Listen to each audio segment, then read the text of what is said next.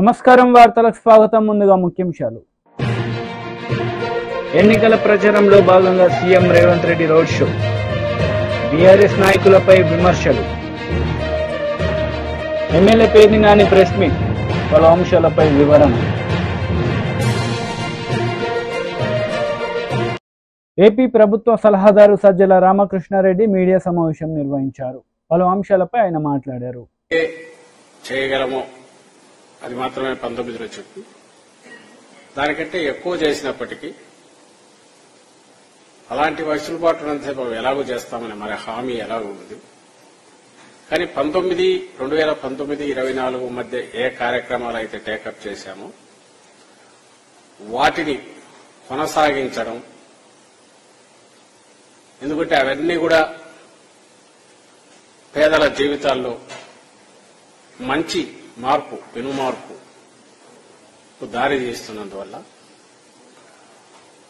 గట్టిగా పునాదులు బలంగా పడినందువల్ల ఇవి కంటిన్యూ చేస్తే వచ్చే 5-10 ఏళ్లలో మొత్తం రాష్ట్రం స్వరూపమే మారిపోయి ఒక అభివృద్ధిలో, సంక్షేమంలో, అలాగే మొత్తంగా ఒక అభ్యుదయకరమైన సమాజం దిశగా అడుగులు వేసే రకంగా మేనిఫెస్టో రూపుదిద్దుకుంది. మీరు గమనిస్తే అందుకే అదేదో సొల్లు హామీలు లేదా అందరం తాయిలాలని పిలుచుకునేవి ఏదో ఒకటి 10-4 అవతల వాడు 2 అన్నాడు కదా మనం 4 చేద్దామనే పోటీకి పోకుండా, అదొక వేలం పాటలో అన్నట్టు నేను 1 ఇస్తా అంటే లేదు నేను 2 ఇస్తానని పోకుండా, పోటీకి పోకుండా పూర్తిగా నేల మీద నిలబడి ఓ బాధ్యతాయుతమైన రాజకీయ పార్టీగా వైఎస్ఆర్ కాంగ్రెస్ పార్టీ, ఓ బాధ్యతాయుతమైన రాజకీయ నేతగా జగన్మోహన్ రెడ్డి గారు ఈ మేనిఫెస్టోను మొన్న రిలీజ్ చేశారు. ఇందులో ఎక్కడ మన ఆర్థిక పరిస్థితిని మొత్తం బేరీజ్ వేసుకొని చేయగలిగిన దాంట్లో బెస్ట్ పాజిబుల్ ఏమేమి ఉన్నాయో అవన్నీ పెట్టాం. వాటిని అమలు చేయడం అనేది ఒక గ్యారంటీ కూడా అసలు అవసరం లేదు. ఆయన గ్యారంటీ అనేది అది చెప్పనవసరం లేకుండానే అమలు చేయగలిగినవి చెప్పడంలోనే, ఎందుకంటే అప్పటికే తెలుగుదేశం పార్టీ వాళ్ళ మినీ మహానాడు అంటే ఒక 6 నెలల క్రితమో 7 నెలల క్రితమో మొదలు పెట్టింది. ఒక 6 పాయింట్స్ కింద పెట్టేసి, ప్యాకేజ్ 6 కిందనో ఏదో పెట్టేసి సూపర్ 6 అనే పేరుతో అనౌన్స్ చేసేసింది. సహజంగానే అబద్ధం ఎప్పుడూ అందంగా ఉంటుంది. దానికి మరింత అందమైన ఇవి క్రియేట్ చేసి ఇవన్నీ మేము గ్యారంటీగా ఇస్తామని చెప్తున్నప్పుడు, అధికారంలో ఉన్న పార్టీగా ఏ పార్టీ అయినా అయితే దాంతో పోటీ పడకపోతే ఏమవుతుందో ప్రజలు అటు మొగ్గు చూపుతారనే ఉద్దేశంతో దాన్ని దాటడానికి ప్రయత్నం చేస్తారు. కానీ జగన్మోహన్ రెడ్డి గారు ఆ పని చేయలేదు. ఎందుకంటే తెలుసు, ఉన్న పరిస్థితి తెలుసు. ఆర్థిక సంక్షోభం, కోవిడ్ తర్వాత ప్రపంచం మొత్తం కూడా కోలుకుంటోంది. మన రాష్ట్రం మినహాయింపు కాదు. అందులోనూ కోవిడ్ ఉన్నప్పుడు కూడా సంక్షేమ పథకాలు వదలకుండా కొనసాగించాం. అలాగే అభివృద్ధి ఎక్కడా ఆగలేదు. అసెట్స్ క్రియేషన్ జరిగింది. మొత్తం రాష్ట్రంలో అన్ని పరిపాలనా సంస్కరణల దగ్గర నుంచి, అభివృద్ధి పథకాల దగ్గర నుంచి, ప్రాజెక్టుల దగ్గర నుంచి, కొత్త ప్రాజెక్టుల వరకు అన్ని కూడా ఏది ఆగకుండా శరవేగంగా కొన్ని ముగిసే దశలో అవి ఫైనల్ స్టేజ్లోకి వచ్చాయి. అది కంటిన్యూ చేస్తూనే వస్తున్నాం. బహుశా ఇది ఇలాంటి అరుదైన దృశ్యం ఇక్కడ ఆంధ్రప్రదేశ్లో మాత్రమే కనిపిస్తుంది. ఇంకా చంద్రబాబుకు సంబంధించి ఆయన అబద్దాలు కానీ, ఆయన తప్పుడు భాష్యాలు కానీ చెప్పుకుంటూ పోతే చాలా ఉంటాయి. జగన్మోహన్ రెడ్డి గారు అమలు చేస్తున్న దాన్ని చూసే ఇట్లయితే ఈ రాష్ట్రం, ఆయన కానీ ఆయన సపోర్ట్ చేస్తున్న ఆ ఎల్లో మీడియా కానీ రాష్ట్రం శ్రీలంక అయిపోయిందని గగ్గోలు పెట్టిన వాళ్ళు ఈరోజు దానికి 2 ఇంకా దానికి మించి కూడా మీరు జగన్మోహన్ రెడ్డి గారు మన ఎక్స్ప్లెయిన్ చేశారు. తర్వాత కూడా చెప్తున్నాం, మేము చేస్తున్న ప్రధానమైన అభివృద్ధి పథకాలు, సంక్షేమ పథకాలన్నీ కలిపితే 70,000 కోట్లు అయితే దానికి ఎమ్మెల్యే పేర్ని నాని మీడియా సమావేశం నిర్వహించారు. ఈ సందర్భంగా చంద్రబాబు నాయుడుపై ఆయన మండిపడ్డారు. ఆయన చెప్తూ మొన్నటి ఏం చేశాడు, మేము కూటమి అని చెప్పని 3 ఫోటోలతో బయలుదేరాడు. ముగ్గురు ఫోటోలతో బయలుదేరిన ఆయన మేనిఫెస్టో రిలీజ్ చేస్తానని చెప్పి ముందుగా చంద్రబాబు నాయుడు, మోడీ, పవన్ 3 ఫోటోలల్లా మేనిఫెస్టో రోజుకి రెండు ఫోటోలు అయినాయి. మోడీ మాయం, చంద్రబాబు నాయుడు, పవన్ కళ్యాణ్. అంటే ఈ మేనిఫెస్టోకి వీళ్ళిద్దరే హామీని. ఇంటింటికి సూపర్ 6 అని ఆర్టీఏని చంద్రబాబు సంతకం పెట్టి చంద్రబాబు నాయుడు ఫోటో, పవన్ కళ్యాణ్ ఫోటో, మోడీ ఫోటోతో ఇంటింటికి పాంప్లెట్ ఇచ్చారు. మేనిఫెస్టోలో మోడీ ఫోటో మాయమైంది. మోడీ ఫోటో మాయమైంది ఏంటయ్యా అంటే, మా మేనిఫెస్టోకి భారతీయ జనతా పార్టీ ఆర్థికపరమైనటువంటి ఒత్తాసు లేదు. వాళ్ళు మేము ఈ హామీలు అమలు చేయాలంటే కనుక సంవత్సరానికి 1,50,000 నుంచి 2 లక్షల కోట్లు కావాలి. కాబట్టి మా వల్ల కాదు, మేము ఇంత మోసం చేయలేం. మోసం చేయగలం కానీ దేశాన్ని ఇంత చంద్రబాబు అంత దగా మోసం చేయలేమని చెప్పని భారతీయ జనతా పార్టీ తప్పుకుందని చెప్పారు.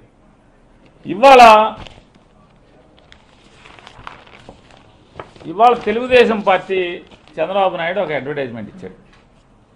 ఆంధ్రప్రదేశ్ రాష్ట్రంలో సుమారుగా ఒక 15-16 పేపర్లు వచ్చవుతున్నాయి, వార్తా పేపర్లు. ఈ న్యూస్ పేపర్లు 15-16 వచ్చైతే సుమారుగా ఒక 9-10 పేపర్లో కోట్లు ఖర్చు పెట్టి అడ్వర్టైజ్మెంట్ ఇచ్చాడు. సరే, డబ్బులు ఉన్నాయి, పాపపు సొమ్ము ఉంది, అడ్వర్టైజ్మెంట్ ఇచ్చుకుంటాం, తప్పేం లేదు. ఈ అడ్వర్టైజ్మెంట్లో చూడండి, పవన్ కళ్యాణ్ మాయం. కూటమన్నావు, చంద్రబాబు నాయుడు, మోడీ, పవన్ కళ్యాణ్ అన్నారు, 3 ఫోటోలు వేశారు. ఇంటింటికి సంతకం పెట్టి సూపర్ 6 అన్నారు. మేనిఫెస్టో అన్నారు, మేనిఫెస్టోలో మోడీ మాయం అయ్యాడు, చంద్రబాబు, పవన్ కళ్యాణ్ అయ్యాడు.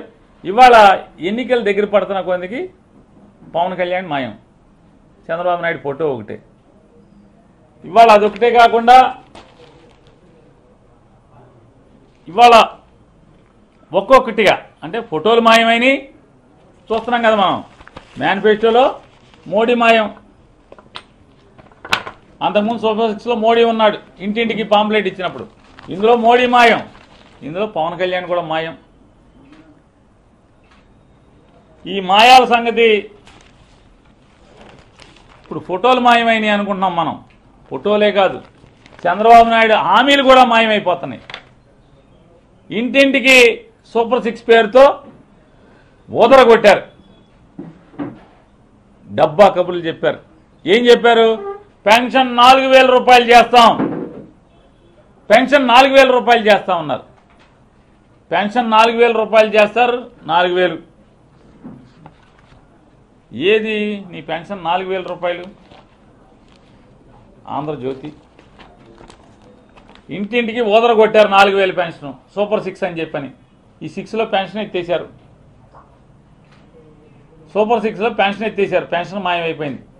మోడీ ఫోటో, పవన్ కళ్యాణ్ ఫోటోలే కాదు, హామీలు కూడా మాయమైపోతున్నాయి.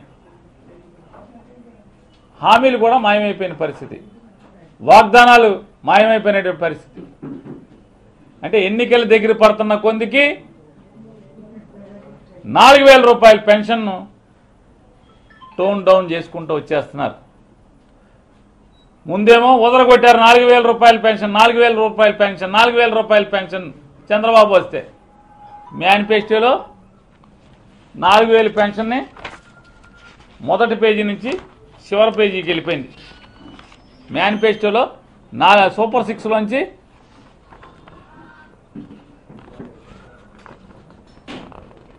చివరి పేజీలోకి వెళ్ళిపోయింది. ఎన్నో పేజీ చూడండి, 4వ పేజీ 5వ పేజీలోకి వెళ్ళిపోయింది. ఇవాళ దీంట్లో అసలు లేకుండా పోయింది. టీడీపీ ఎమ్మెల్సీ అశోక్ బాబు మీడియా సమావేశం నిర్వహించారు. ఈ సందర్భంగా పలు అంశాలపై ఆయన మాట్లాడారు. ముందుగా అభినందించాలి. ఇక రెండోది, ఓటు హక్కు వినియోగించుకునే విధానం. గతంలో బ్యాలెట్ పేపర్లు బయటకు ఇచ్చేవాళ్ళు, అది చాలా వరకు మిస్యూజ్ అయ్యేది. ఒక రకంగా చెప్పండి, ట్రేడింగ్ జరిగింది బ్యాలెట్ పేపర్ల మీద. మరి ఈసారి అవకాశం లేదు. పీఓలు కానీ ఏపీఓలు కానీ ట్రైనింగ్ సెంటర్లోనే అక్కడ బ్యాలెట్ పేపర్ ఇస్తారు, అక్కడే వేసి వచ్చేయాలి. మిగతా ఓపీఓలు వీళ్ళందరూ కూడా ప్రతి నియోజకవర్గంలో ఒక ఫెలిసిటేషన్ సెంటర్ పెడతారు. అక్కడికి వెళ్తే బ్యాలెట్ పేపర్ అక్కడే ఇస్తారు, అక్కడే వేసేయాలి. అంటే 13 మే కంటే ముందే వీళ్ళందరూ ఓటు హక్కు వినియోగించుకుంటారు. వీళ్ళది సాధ్యమైనంత వరకు మాన్యువల్ బ్యాలెటే ఉంటుంది. జనరల్ ఎలక్షన్స్ ఓటింగ్లో ఈవీఎంలు ఉంటాయి. అయితే మాకున్న సమాచారం, మేము చాలా జిల్లాల్లో ఉద్యోగ సంఘాలతో మాట్లాడాం, ఉద్యోగులతో మాట్లాడాం. కొన్ని చోట్ల ఆర్ఓలు ఇబ్బంది పెట్టారు ఫారం 12 తీసుకోవడానికి. మేము ఎక్కడ తీసుకోం అక్కడ తీసుకోమన్నారు. దానికి మేము సీఈఓతో మాట్లాడి క్లారిఫికేషన్ ఇప్పించాం. ఏదైనప్పటికీ కూడా 26వ తారీఖు ఆఖరి తేదీ అన్నది ఈరోజు 1వ తారీఖు వరకు దీన్ని తీసుకురావడం జరిగింది. అవసరం అయితే 1 కూడా పెంచాల్సిన బాధ్యత ప్రభుత్వానికి ఉంది, ఎలక్షన్ కమిషన్కి ఉంది. ఎందుకంటే ఉద్యోగస్తుల వరకు సరిపోయింది, కానీ ప్రైవేట్ వ్యక్తులు ఎవరైతే ఇప్పుడు క్యాబుల డ్రైవర్లు ఎవరినైతే ఎలక్షన్ కమిషన్ డ్యూటీలకు తీసుకుంటుందో మరి వాళ్ళందరూ కూడా ఓటు హక్కు ఇచ్చి పోస్టల్ బ్యాలెట్ ఇవ్వాలని మేము డిమాండ్ చేసాం. ఆ దిశగా కూడా ఎలక్షన్ కమిషన్ పనిచేస్తుంది. అయితే ఇక్కడ కొన్ని అంశాలు కొన్ని స్పష్టంగా మాట్లాడుకోవాలి. ఉద్యోగస్తుల విషయంలో వైసీపీ ప్రభుత్వం చేసిన ద్రోహం ఏంటో ఉద్యోగస్తులందరికీ తెలుసు. రివర్స్ బీఆర్సీ భారతదేశంలో మొట్టమొదటి. టీడీపీ రాష్ట్ర అధికార ప్రతినిధి సయ్యద్ రఫీ మీడియా సమావేశం నిర్వహించారు. ఈ సందర్భంగా సీఎం జగన్ పై ఆయన మండిపడ్డారు. ఒక దగ, ఒక అంబకు, మళ్ళీ దాన్నే ప్లస్ అని పెట్టి నువ్వు ప్రజల్లో మా మేనిఫెస్టో గురించి మాట్లాడతావు. నీకు దమ్ము ఉంటే 2019లో నువ్వు ఇచ్చిన మేనిఫెస్టోలో పాయింట్ టు పాయింట్ ఇది చేశాను అని చర్చకి రా. చంద్రబాబు నాయుడు గారు ఛాలెంజ్ చేశారు, నాతో చర్చకి రా, నువ్వేం చేశావో నేనేం చేశానో చెప్దామని చెప్పేసి. నీకు చుట్టూ పోలీసులను పెట్టుకొని ప్రజలకు ఎవరికి అందుబాటులో రాకుండా ఒక కాగితం, సజ్జలు రాసిన కాగితం చదువుకొని వెళ్ళిపోతావు ఆ మీటింగ్లో. నువ్వెక్కడ చర్చకు వస్తావు? కనీసం ప్రెస్ మీట్ పెట్టేటువంటి ధైర్యమే లేదు నీకు. ప్రెస్ మీట్ పెడితే ప్రెస్ వాళ్ళు అడిగితే ఏం చెప్పాలో నీకు తెలియదు. మొన్న ఒక అమ్మాయి అడిగింది, నువ్వు ఎలా ఇన్ని లక్షల కోట్లు సంపాదించావంటే మ్యా అని ఆ భార్గవరెడ్డి వైపు చూసావు. నువ్వెక్కడ ప్రెస్ మీట్ పెడతావు? చంద్రబాబు గారితో నువ్వెక్కడ చర్చకు వస్తావు? అది జరగని పని. ఇకపోతే మా మేనిఫెస్టో 2019లో మేము చాలా విషయాలు చెప్పాం. సరే, ప్రజలు రాజశేఖర రెడ్డి కొడుకు 14లో ఇవ్వలేదు, 19లో ఇస్తేనే అన్నీ చేస్తానని చెప్తున్నాడు, నీకు ఇచ్చారు, నువ్వేం చేయలా. మొన్న మా మేనిఫెస్టో రిలీజ్ చేశాం. మా మేనిఫెస్టోకి, అసలు జనరల్ మేనిఫెస్టోకి, నువ్వు రిలీజ్ చేసిన మేనిఫెస్టోకి మేము రిలీజ్ చేసిన మేనిఫెస్టో నక్కకి నాకలోకానికి ఉన్న తేడా ఉంది. నీదేముంది? 730 హామీలు ఇచ్చావు పాదయాత్రలో, 60 తప్పితే మిగతా వాటి జోలికి పోలా. అసలు ఈ మేనిఫెస్టోలోనే పెట్టాలా. నువ్వు ఈ చెప్పినటువంటి మేనిఫెస్టో మొత్తం కూడా, నువ్వు ఇచ్చినటువంటి హామీలు మొత్తం కూడా మేము పుస్తకం వేసాం.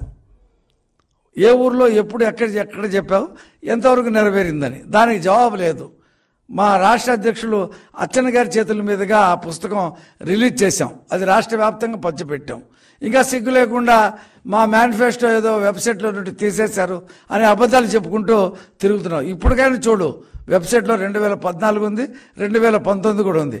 అబద్ధాలు చెప్పడం మానేసి జగన్మోహన్ రెడ్డి, ఎలాగ ఓడిపోతున్నావు కదా, 10-12 రోజులు ఎన్నికలే జరుగుతున్నాయి కదా, ఇంకా అబద్ధాలతో ఎలాగా నువ్వు కాలం గడుపుతావు? ఇవాళ మేము అందరితో పాటు ముస్లింల్లో మహిళలకి, పురుషులకి 50 ఏళ్లకే పెన్షన్ ఇస్తాం, అది 4000 రూపాయలు ఇస్తామని చెప్పాం. అది శభాష్ అనిపించుకునేటువంటి మాట. నువ్వని చెప్పావా? నీ 3500 చివరి 2 సంవత్సరాల్లో 250 పెంచిస్తాను. నీకు పరిపాలన చేత కాదు కదా, ఆదాయం పెంచడం రాదు కదా, నీకు సంపద సృష్టించడం రాదు కదా. నువ్వు చెప్పలేవు 4000 ఇస్తానని. చంద్రబాబు నాయుడు గారు 4000 రూపాయలు ఇస్తానన్నాడు. ముఖ్య పట్టణాల్లో ముస్లిం మైనార్టీలకి ఈద్గాల కోసం, ఖబరస్థాన్ల కోసం, మసీదుల కోసం స్థలం కేటాయిస్తామని చెప్పి. ఎందుకంటే జనాభా పెరిగింది, ఖబరస్థాన్లు కావాల్సి వస్తున్నాయి, అలాగే ఈద్గాలు కావాల్సి వస్తున్నాయి. ఆ పరిస్థితిని దృష్టిలో పెట్టుకొని నీకు ఈ హామీ ఇవ్వటం జరిగింది. ఎన్నికల ప్రచారంలో భాగంగా CM Revanth Reddy road show నిర్వహించారు. ఈ సందర్భంగా బీఆర్ఎస్ నాయకులపై ఆయన పలు విమర్శలు చేశారు. మా మిత్రులందరూ తెలియజేస్తున్నా, మిత్రులారా మీరు ఆలోచన చేయండి. ఆనాడు 1980లో దేశ రాజకీయాలలో కాంగ్రెస్ పార్టీ ఓడిపోయిన తర్వాత ఎన్నో వేగవంతమైన పరిణామాలు, ప్రజలకు అన్యాయం జరుగుతుంటే ఆనాడు శ్రీమతి ఇందిరాగాంధీ గారు కాంగ్రెస్ పార్టీ పక్షాన ఈ మెదక్ పార్లమెంటు నియోజకవర్గంలో 1980లో నిలబడితే లక్షలాది మెజారిటీ మీరు ఇవ్వడంతో ఆనాడు ఉమ్మడి రాష్ట్రం ఆంధ్రప్రదేశ్లో 42 ఎంపీ సీట్లుంటే 41 ఎంపీ సీట్లు తెలంగాణ రాష్ట్రం నుంచి ఇచ్చి శ్రీమతి ఇందిరాగాంధీని ఈ దేశానికి ప్రధానమంత్రిని చేసిన చరిత్ర మన తెలంగాణ గడ్డకుంది, మన మెదక్ ప్రాంతానికి ఉంది. మిత్రులారా, ఆనాడు 80లో గెలిచిన ఇందిరమ్మ ఈ ప్రాంతంలో పరిశ్రమలను తెచ్చింది, పెట్టుబడులు ఇచ్చింది, ఈ ప్రాంతాన్ని అభివృద్ధి చేసింది. ఈ రోజు దేశంలో నలుమూలల నుంచి కార్మికులు వచ్చినా, కర్షకులు వచ్చినా, వ్యాపారస్తులు వచ్చినా, పెట్టుబడిదారులు వచ్చినా మన ప్రాంతానికి ఆనాడు జవహర్లాల్ నెహ్రూ గారు మనకు బిహెచ్ఎల్ ఇచ్చిండ్రు. మన ఇందిరాగాంధీ గారు పటాన్ చెరువు పారిశ్రామిక వాడనిచ్చిండ్రు. ఈ ప్రాంతంలో డిఫెన్స్ ఫ్యాక్టరీలు, ఆర్డినెన్స్ ఫ్యాక్టరీలు, ఇక్ రిసార్ట్లు, వందల వేలాది పరిశ్రమలు ఇవాళ మెదక్ జిల్లాకు వచ్చి దేశానికే ఆదర్శవంతమైన పారిశ్రామిక వాడ ఈ రోజు ఈ మెదక్ జిల్లాలో ఉంది. పక్క రాష్ట్రాల నుంచి, పక్క జిల్లాల నుంచి, వివిధ రాష్ట్రాల నుంచి ఏ భాష వాళ్ళు వచ్చినా మెదక్కు వస్తే మీరు మీ గుండెల్లో పెట్టి చూసుకున్నారు. అందరికీ బ్రతకడానికి అవకాశం ఇచ్చిండ్రు. మీరు గొప్ప మనసున్నోళ్ళు. ఈ ప్రాంత ప్రజలు మంచికి మారు పేరని ఇవాళ నేను చెప్పదలుచుకున్నా. అందుకే మిత్రులారా, ఇవాళ ఇందిరమ్మ నాయకత్వం వహించి ఈ దేశ ప్రధానమంత్రిగా ఈ మెదక్ పార్లమెంటు నుంచే ఇందిరాగాంధీ గారు నాయకత్వం వహించారు. మరి అట్లాంటి మెదక్ పార్లమెంటు ఒక బలహీన వర్గాల యువకుడికి ఏ తండ్రుల తాతల ముత్తాతల పేరు మీద రాలే, వందల వేల కోట్ల రూపాయలు చూసి ఇవ్వలే. బలహీన వర్గాలు ఒక ముదిరాజు బిడ్డకు మెదక్ పార్లమెంట్ నుంచి ఎన్నిక చేయాలి. ఇందిరాగాంధీ ప్రాతినిధ్యం వహించిన పార్లమెంటు నుంచి ఒక బలహీన వర్గాల బిడ్డను పార్లమెంటుకు పంపించాలన్న ఆలోచనతోని శ్రీమతి సోనియా గాంధీ గారు ఈ రోజు ఈ సీట్ ఇచ్చిండ్రు మిత్రులారా. అందుకే నేను అడుగుతున్న మిత్రులారా, ముఖ్యంగా మా గౌడన్నలను, మా నేతన్నలను, మా గీతన్నలను, మా యాదవ సోదరులను నేను అడుగుతున్నా, మా ముదిరాజు బిడ్డలతో నేను అడుగుతున్నా, కష్టాలలో నష్టాలలో మీకు అండగుండే నీలం మధు కావాలనా, లేకపోతే మీ భూములు గింజుకొని మిమ్మల్ని మల్లన్న సాగర్లో ముంచి మీ మీద అక్రమ కేసులు పెట్టి పోలీసుల ఉక్కు పాదాలతో తొక్కించి లాఠీ చార్జీలు చేసి ఇదే సిద్దిపేటలో రంగనాయక సాగర్లో మీ భూములు గుంజుకొని అక్రమంగా ఫామ్ హౌజులు కట్టుకున్న వాళ్ళు మీకు కావాలన్నా ఒక్కసారి ఆలోచన చేయండి మిత్రులారా. ఇవాళ ఈడ మున్సిపాలిటీలో మీరు కౌన్సిలర్లకు నామినేషన్లు అయితే పోలీసులు వచ్చి బెదిరిస్తారు.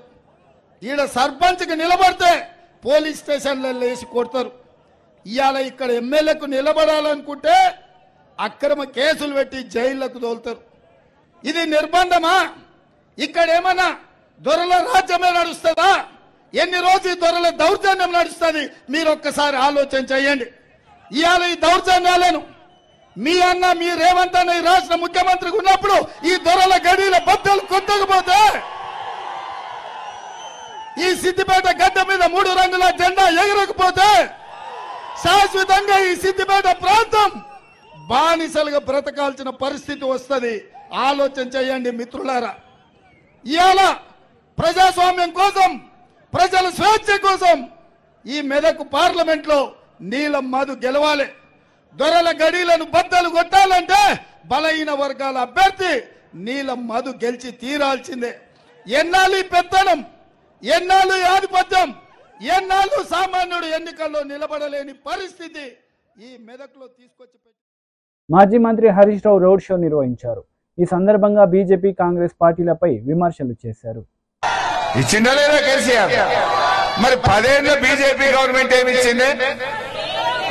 అరే ఏమన్నా ఒక్కటని లేదా? అరే ఇచ్చింది పోయి యాద్ చేసుకోరి. 350 సిలిండర్లు 1000 రూపాయలు చేయలేదా? 60 రూపాయలు ఉన్న పెట్రోల్ డీజిల్ ని 100 రూపాయలు చేయలేదా? ఇంకా జీఎస్టీ పెట్టి పాల మీద, పెరుగు మీద, పప్పు మీద, ఉప్పు మీద ధరలు పెంచలేదా? నిరుద్యోగ పిల్లలకు ఏడాదికి 2 కోట్ల ఉద్యోగాలు ఇస్తామని ఎగబెట్టలేదా?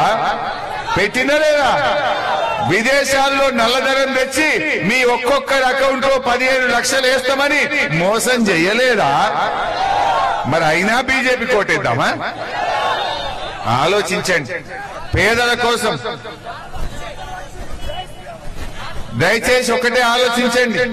ఇవాళ మన పేదల కోసం ఆలోచించింది కేసీఆర్, రైతుల కోసం ఆలోచించింది కేసీఆర్, అవ్వ తాతల కోసం ఆలోచించింది కేసీఆర్, అక్క చెల్లెళ్ల మంచినీళ్ళ కష్టం తీర్చింది కేసీఆర్. ఇవాళ కేసీఆర్ మనం కాపాడుకోవాలి. రేవంత్ రెడ్డికి ఎంత అహంకారం వచ్చింది. మొన్న కేసీఆర్ బయటకెళ్ళి అడిగిండు, బస్ వేసుకొని బయటకు పోయి ఏమైందయ్యా నీ 2 లక్షల రుణమాఫీ అని అడిగిండు. ఏమైందయ్యా నీ 500 బోనస్ అని అడిగిండు. ఎప్పుడు ఇస్తావయ్యా 4000 మా అవ్వ తాతలకు అన్నాడు. ఇంకెన్నడు ఇస్తావయ్యా మా అక్క చెల్లెళ్లకు 2500 అన్నాడు. కేసీఆర్ గా మాట అంటే రేవంత్ రెడ్డి ఏమంటుండు? కేసీఆర్ నీ చెడ్డి ఊడగొట్టా అంటాడు. గా కేసీఆర్ పట్టుకొని గట్లా అనొచ్చు నా చెల్లె? అహంకారం కాదా? కాంగ్రెస్ వాళ్ళకి కళ్ళు నెత్తికెక్కినాయి. వాళ్ళ కొడుకులు భూమి మీద లేరు, గాలిలో ఉన్నారు. వాళ్ళని భూమి మీదకి దేవాలా వద్దా? గాలిలో ఉన్న కాంగ్రెస్ వాళ్ళని భూమి మీదకి దేవాలంటే వెంకట్రామరెడ్డి గారిని పార్లమెంట్ కు పంపాలి. సంపద ఈయన పోతారు భూమి మీదకి వస్తారు, చక్కగా అవుతారు. అప్పుడు మొన్న ఒక రైతు అడిగిండు, అరే రైతు బంధు ఇంకా వల్లే ఎప్పుడు ఇస్తావు అని అడిగిండు. అంటే ఆ మంత్రి అంటాడు, ఏ నన్ను రైతు బంధు అడుగుతావా, చెప్పుతో కొడతా అంటాడు. గంత అన్యాయం ఉంటుందా చెల్లె? గట్ల మాట్లాడిన కాంగ్రెస్ వాళ్ళకి బుద్ధి చెప్పొద్దా? నేను అడుగుతున్న మదన్ రెడ్డి గారిని, రైతు బంధు అడిగితే చెప్పుతో కొడతా అన్నందుకు పోయినావు కాంగ్రెస్ పార్టీలకు. ఏం ఉద్ధరించిందని పోయినావు నువ్వు కాంగ్రెస్ పార్టీలకు? నువ్వు ఇలా కేసీఆర్ కి సన్నిహితుడని చెప్పుకుంటున్నావు కదా, మరి నిజంగా దోస్త్ అయితే నీ కేసీఆర్ కష్టాల్లో ఉన్నప్పుడు అండగా ఉంటా, వైట్స్ పెట్టిపోతావా? నిజమైన దోస్తు నిలబడతాడా పారిపోతాడా? నిలబడ్డోడు దోస్తు అవుతాడు. అంటే నిన్ను 2 సార్లు ఎమ్మెల్యే చేసినా నిన్ను మంచిగా చూసుకొని మేమందరం ఎంతో ప్రేమగా నిన్ను అత్యంత సన్నిహితుడని ఎంతో గౌరవిస్తే ఇవాళ కష్టకాలంలో ఇడిచిపెట్టిపోవడు న్యాయం అవుతుందా? ఇవాళ ఇదే హత్నూరులో మంజీరా మీద ఎన్ని చెక్ డ్యాములు కట్టిండే కేసీఆర్. గా చెక్ డ్యాములు కట్టి మల్లన్న సాగర్కి వెళ్ళి నీళ్లు వదులుతాయి కదా, నీ బాయిలల్లో బోర్లలో ఊటలు వచ్చినాయి. గా చెక్ డ్యామ్లే లేకపోతే ఆటాన మందం పంటలు ఎండిపోకపోవునా? ఇగో ఈ రోడ్ వేసింది కేసీఆర్ కాదా? మా వెంకట్రామరెడ్డి గారిని గెలిపింది ఈ రోడ్డుకు లైట్లు కూడా వేపించే బాధ్యత నేను తీసుకుంటా. సునీతమ్మ గారు నేను కలిసిగా పని చేస్తాం. ఇక బీజేపీ ఆయన నిలబడ్డాడు. ఆయనది కూడా ఒక వీడియో చూడాలి. ఆయన ఎంత గొప్పోడంటే ఆయన అంటాడు, మర్డర్ చేసన్నా గెలవాలట, మర్డర్ చేస్తానని బెదిరించన్నా గెలవాలట, భార్యను భర్తకు దూరం చేయాలట, భర్తను భార్యకు దూరం చేయాలట, ఏమన్నా చేసి గెలవాలట. పుణ్యాత్ముడు జర ఏం మాట్లాడతాడో వినుండ్రి.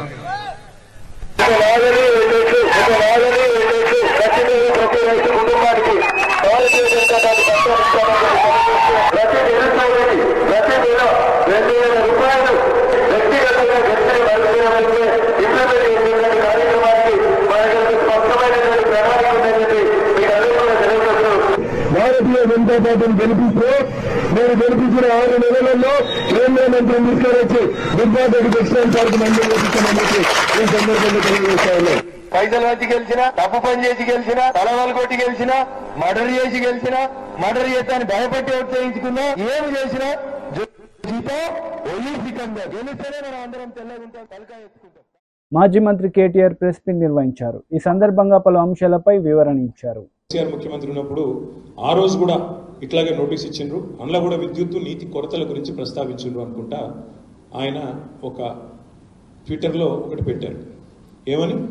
ఆ రోజు అప్పటి నోటీసులు అంటే కేసీఆర్ గారు ఈ రోజు నోటీసు ఏదైతే ఉస్మానియా చీఫ్ వార్డెన్ ఇచ్చారో దాన్ని పెడితే దానికి కౌంటర్గా రేవంత్ రెడ్డి గారు పాపం ఆయన ఒక నోటీస్ పెట్టి ఇరుక్కొని పోయాడు. ఇది ఆయన పెట్టిన నోటీస్. రేవంత్ రెడ్డి ఆయన ట్విట్టర్ హ్యాండిల్లో పెట్టింది ఈ నోటీస్. మళ్ళీ ఎవరు పెద్ద చూపెడతాం. ఇది ఆయన పెట్టిన నోటీస్ రేవంత్ రెడ్డి. వీళ్ళు ఏం రాస్తారంటే మెసేజ్ విల్ బి క్లోజ్డ్ అని రాసి అందులో పైన సమ్మర్ వెకేషన్ డిక్లేర్ చేశారు. There is also acute shortage of water and electricity in the university hostel in message 12/5/23 అని చెప్పి ఒక డాక్యుమెంట్ పెట్టారు. పెట్టంగానే ఏం జరిగిందంటే మాకు 100 మెసేజ్లు వచ్చినాయి. ముఖ్యమంత్రి పెట్టిన document fake document, forge document, ఫర్జీ డాక్యుమెంటు, ముఖ్యమంత్రి స్వయంగా అత్యున్నతమైన పదవిలో ఉంటూ ఒక ఫోర్జ్ డాక్యుమెంట్ను ప్లే చేయడం అనేది అన్యాయం అని చెప్పి మీరు అక్కడ స్క్రీన్ మీద కూడా చూడొచ్చు. ఫేక్ డాక్యుమెంట్ ఏది, ఒరిజినల్ డాక్యుమెంట్ ఏది అది పంపుతూ మాకు ఉస్మానియా విద్యార్థుల నుంచే 100 మెసేజ్లు వచ్చినాయి. ఎక్కడొచ్చింది మరి, ఎక్కడి నుంచి వచ్చింది ఈ ఫేక్ వర్సెస్ ఒరిజినల్ అంటే మీకు ఒక విషయం ఇది కూడా చెప్పాలి నేను. జనరల్గా ఏమవుతుందంటే ఈ నోటీసులు వచ్చిన ప్రతిసారి ఎప్పుడైనా సరే వెంటనే ఉస్మానియా స్టూడెంట్ గ్రూప్స్ ఉంటాయి, వాట్సాప్ గ్రూప్. ఆ వాట్సాప్ గ్రూప్లలో అది పెట్టేస్తారు. ఒకసారి అది నేను ప్లే చేస్తాను. ఇది చూడండి, ఇది వాట్సాప్ గ్రూప్ యొక్క చాట్. మీరు చూడవచ్చు. ఆ చాట్ యథాతథంగా మీకు ముంగడ పెడతాము. ఇది పోయిన సంవత్సరం, ఇది మొత్తం chat last 1 year 1.5 year chat. ఇది ఈ నెల మే నుంచి మొదలు పెడితే పోయిన నెల మే దాకా ఉంది. అందులో పోయిన సంవత్సరం మే 12 యొక్క స్క్రీన్ షాట్ మీకు నేను చూపెడతాను.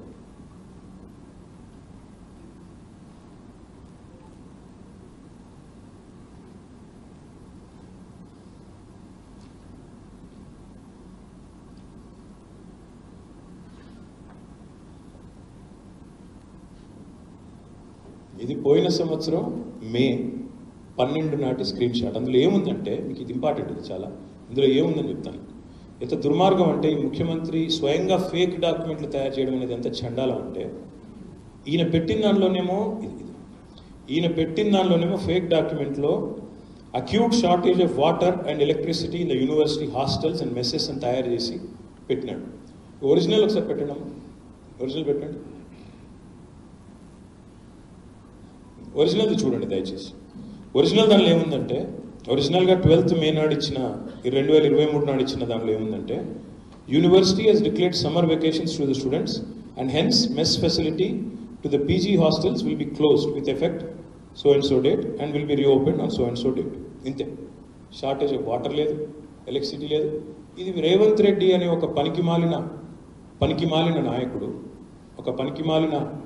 నాయకుడు ఆయన చేసిన ఫోర్జరీ, ఆయన చేసిన అరాచకం ఏంటంటే, ఒక ముఖ్యమంత్రి అయ్యుండి ఆయన తన పర్సనల్ ట్విట్టర్ ఖాతా నుండి ఇవాళ ఒక ఫేక్ డాక్యుమెంట్ను ఇవాళ పెట్టి మొత్తం రాష్ట్ర ప్రజల్ని తప్పుదోవ పట్టించే ఒక చిల్లర ప్రయత్నం ఒక చిల్లర నాయకుడు చేస్తూ ఉన్నాడు. చేయడమే కాకుండా ఇంకా దుర్మార్గం చెప్తాను నేను. ఇంకో రెండు ప్రూఫ్స్ ఇవన్నీ మీకు ఇస్తాను. ఇది Osmania university student group chat. అందులో కూడా ఈ ఒరిజినల్ ఉంది. రేవంత్ రెడ్డి ఫేక్ ఏదైతే ఫోర్జ్ చేసిందో అది ఉంది. దాంతోపాటు 2-3 గ్రూప్స్ ఇవి, ఒకటి కాదు. ఇది MCOM 4th సెమిస్టర్ గ్రూపు, ఇది OU కాలేజ్ స్టూడెంట్ క్లబ్. ఈ 2 గ్రూప్స్లో కూడా ఆనాటి యొక్క నోటీస్ ఉన్నది. ఇంకా దుర్మార్గం ఏంటంటే ఇవాళ రేవంత్ రెడ్డి ఏం చేస్తున్నాడంటే, మేము మొత్తం ఈ నోటీస్ రాగానే మాకు కూడా అనుమానం వచ్చింది. వార్తలు ముగించే ముందు ముఖ్యాంశాలు మరోసారి. ఎన్నికల ప్రచారంలో భాగంగా CM Revanth Reddy road show, BRS నాయకులపై విమర్శలు,